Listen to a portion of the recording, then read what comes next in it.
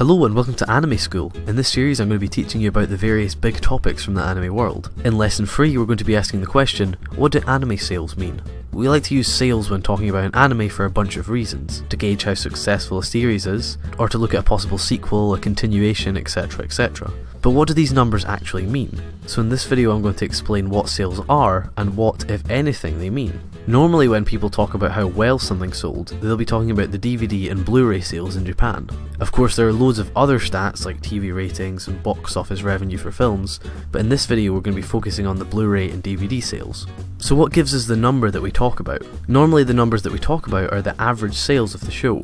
A show will typically be released as multiple volumes, and the sales of each volume will be averaged out, and that's the number we use. I'll give you a rough feeling for what is a good number of sales. Keep in mind what I said earlier, sales are only one variable in the success of an anime. Sales could mean everything, but they could also mean nothing. So a TV anime could average anywhere from a few hundred sales to 60-70,000 sales. If a series averages under 1,000 sales, it could be considered a failure, or something that just wasn't going for disc sales like a kids show. It's around 3,000 that people start to consider a series to be doing well.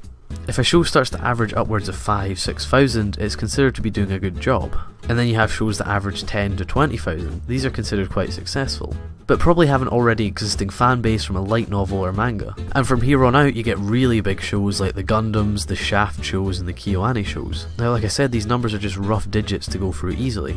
A series that averages 3,000 could easily be more successful than a series that averages 5,000, for multiple reasons. Out with all the other factors, the sales themselves can be completely different. If a show has more volumes, then that 3,000 is a lot more valuable than a show with a higher average and less volumes, as it makes more money. Also, releases that are more expensive make more money.